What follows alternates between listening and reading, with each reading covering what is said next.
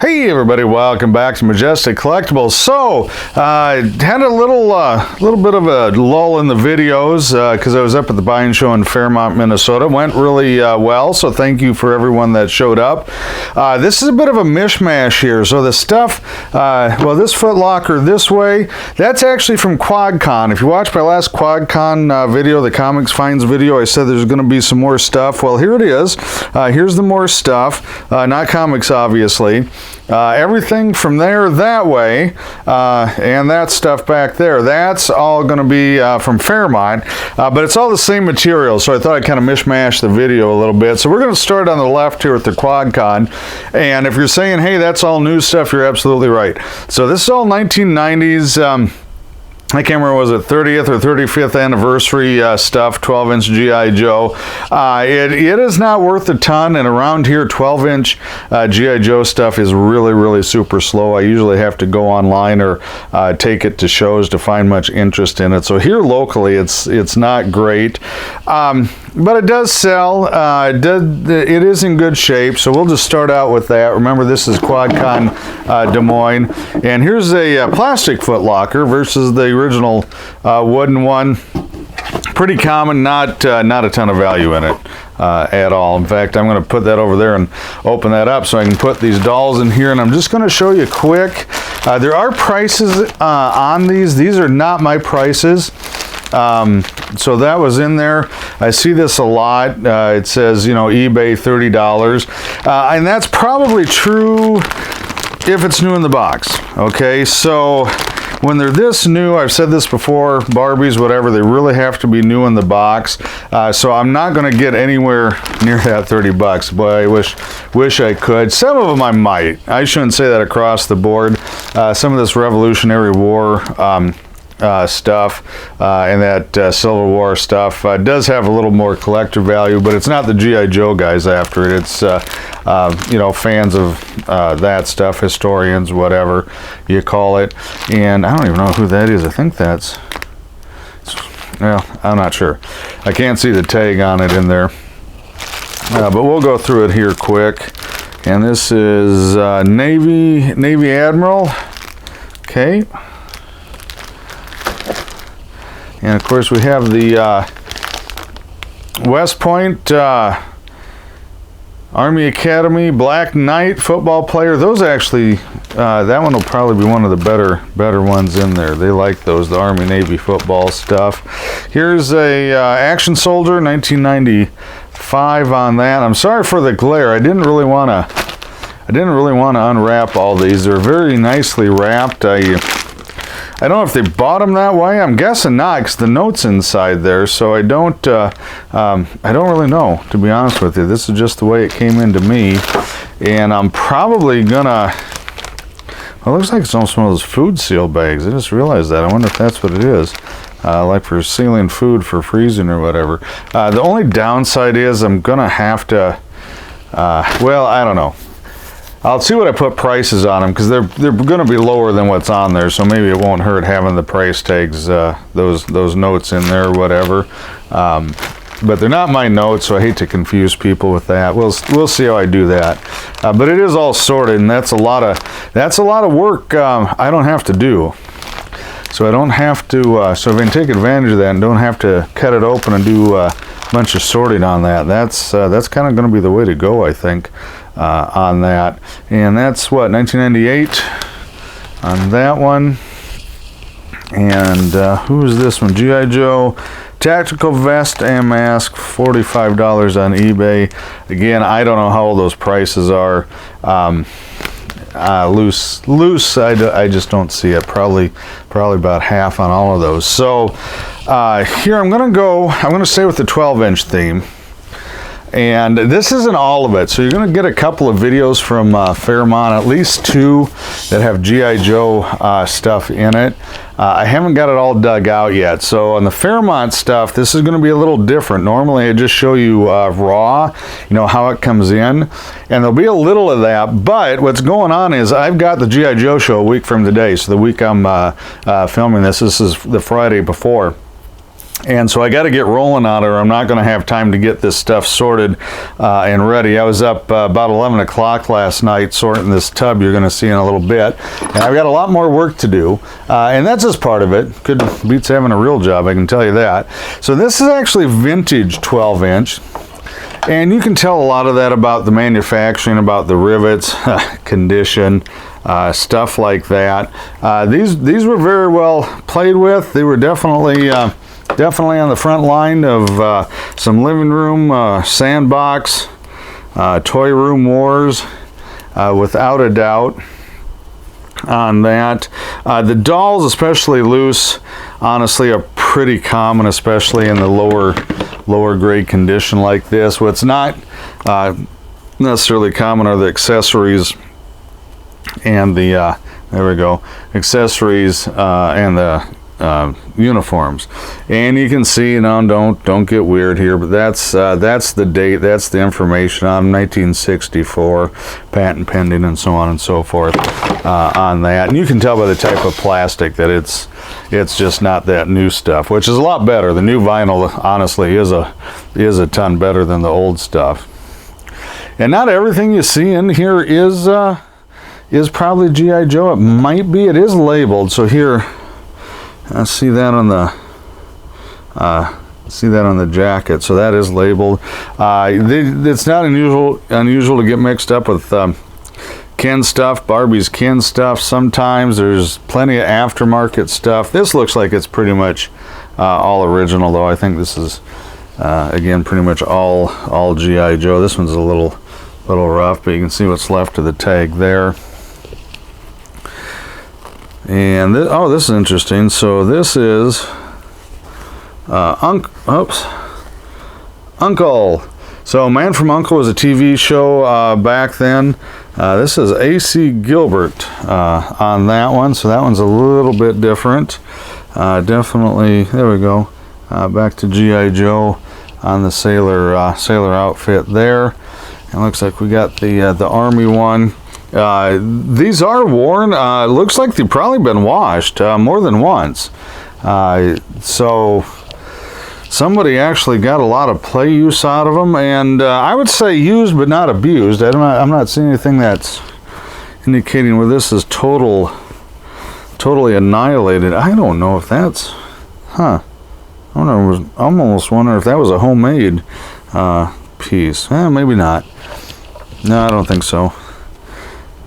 Let's see. Here we go. Yeah, see, there's what I was talking about. Ken, right there. So there is some Ken stuff in there. Pretty common. Oh, corduroy. Now there's something. There's yep, corduroy doll clothes. A corduroy fall jacket, which actually sounds really warm right now. No idea. It's got an eagle on it. Leatherworks, 7.5. Not sure what that is on that one.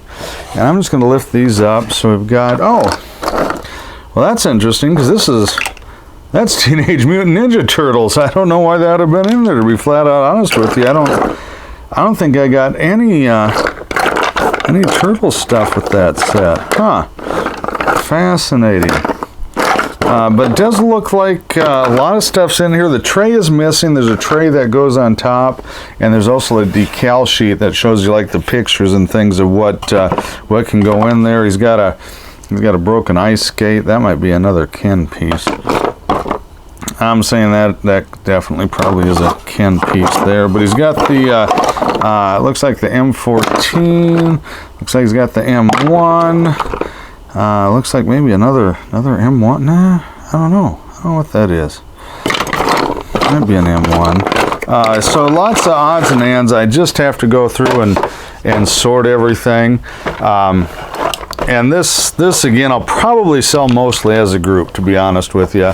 All the dolls, the Foot Locker, the clothes. Hopefully somebody can do something with them out there.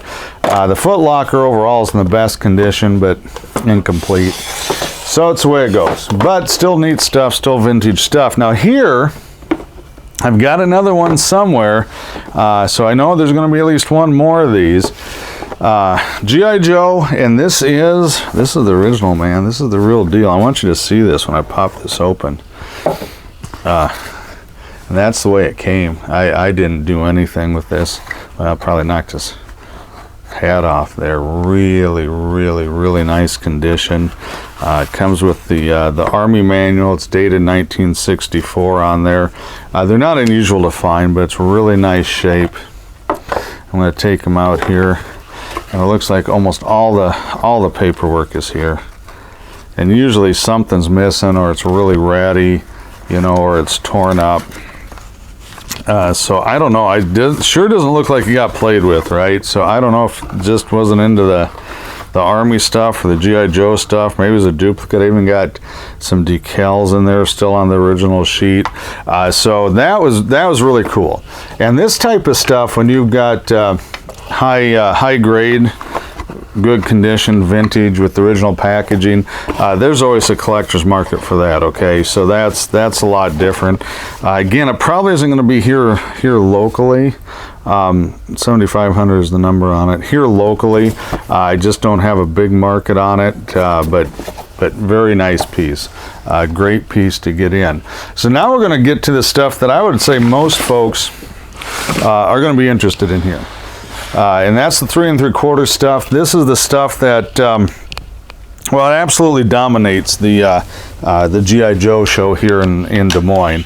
It's not that there isn't any 12-inch, but I would say it's got to be 95% most years. You know, every year's a little different. We'll see what happens this year on it. But this is the stuff people are interested in. I went through about half of these. I rebanded.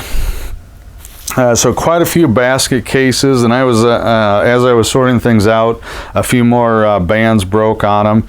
Kind of a constant battle, but not a big deal, just a little time consuming, but easy to fix. And the condition on these is really good. Now I sorted these out, so the cards were in a box. Well, the cards and the file cards were in a box, and then the figures were someplace else. So I spent about 3 hours putting this all together, which you have to do, but it came out really well. There's no prices on them. I just kind of wrote on the small bags inside the name so I can match it up with the cards later, and that works pretty well. Here's one of the few that, in fact, that might be the only one that doesn't have the backer card on it. It had the file card, and this is blank on the back, so I don't know. It might have been a mail order, or it came with a toy or a vehicle or something. Is probably why it doesn't have one on there. But there's Roadblock. It is very heavy on G.I. Joe. There are a few Cobra bad guys in here, but not a lot. It's pretty much all the good guys, and that's not unusual. The Cobra stuff for me has always been just a little bit harder to find. The G.I. Joe stuff comes in much larger quantities on it, and I didn't count. I don't know how many figures are here. This is all out of one. This is all out of one collection. And that's a parachute pack. Came with an accessory kit, and I think I might have the rest of the little bits and pieces to the accessory kit. I still have some stuff to go through and see if I can put it all together on that. Is that Recondo? I think it is on that one. But it's really neat to have the card and the backer board. And it's really unusual. Usually I get the file cards, the classified file cards are pretty common. I don't always get the backs, but it's neat to see all the figures available on them. And then you can, you know, if there's any questions, you can pretty much date them if they're, you know, repop or original or whatever, what year.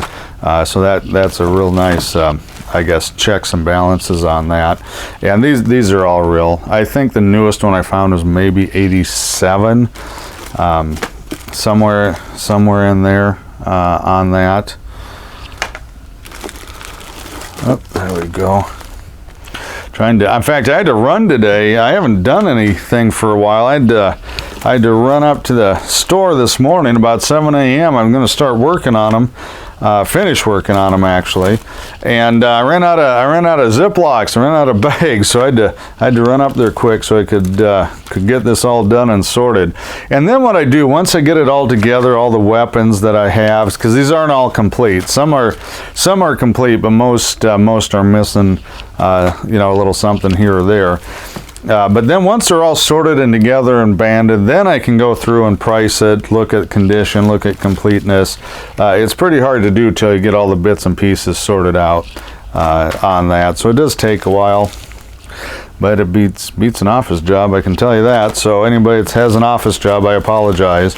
You know, no I don't. I really enjoy my job. Take that back. I like it. And, whoops, there we go. Trying to get those double, triple bag things really messed up my lighting, so I apologize. But this was the easiest way to do it, because I am going to be sitting down probably till midnight, probably every day this week. Now this is kind of neat. So the bat, he's always missing his sticker, but it's actually in here. It popped loose. I don't know if I can... it's buried. It's backwards, but you can see it down there. So I actually have it. A lot of times that's just long gone. So I'll let somebody else fiddle with however they want to reattach it, super glue or whatever. I don't know, but that'll be up to the next guy. But it is in there, so no repop necessary. That's kind of one of those pieces that, you know, gets repopped, or you see it repopped a lot. So I do have an original one.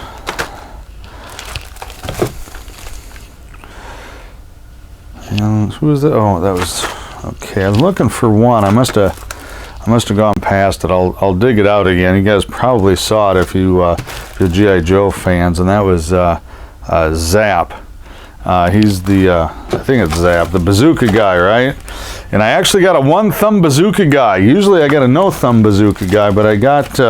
I'll see if I can find him here quick. There's the last one there. I'll put these back in and see if I can find Zap, because it's. I know it's weird. You got to be like a toy collector dude, right, to really understand what a big deal is having a thumb on there, because they usually they're both missing. I've had one, maybe one. I think I had one a long time ago. Yeah, here he is. That had both thumbs on it. So he's got the thumb there. It is broken off there. Very rare to have a two-thumb Zap, but it is a good piece. So one thumb is better than none. But if you ever get a Zap, an original one, he's, you know, they repopped it like everything else. But you ever get an original Zap with two thumbs, you got something there.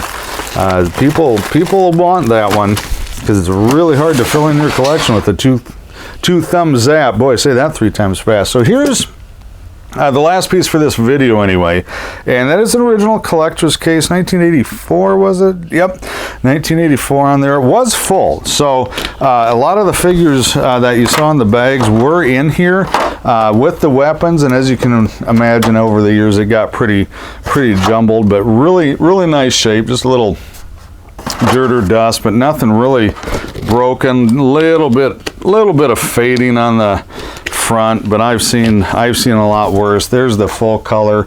If you're a G.I. Joe comic book collector, you will also recognize that artwork as coming from a comic book cover.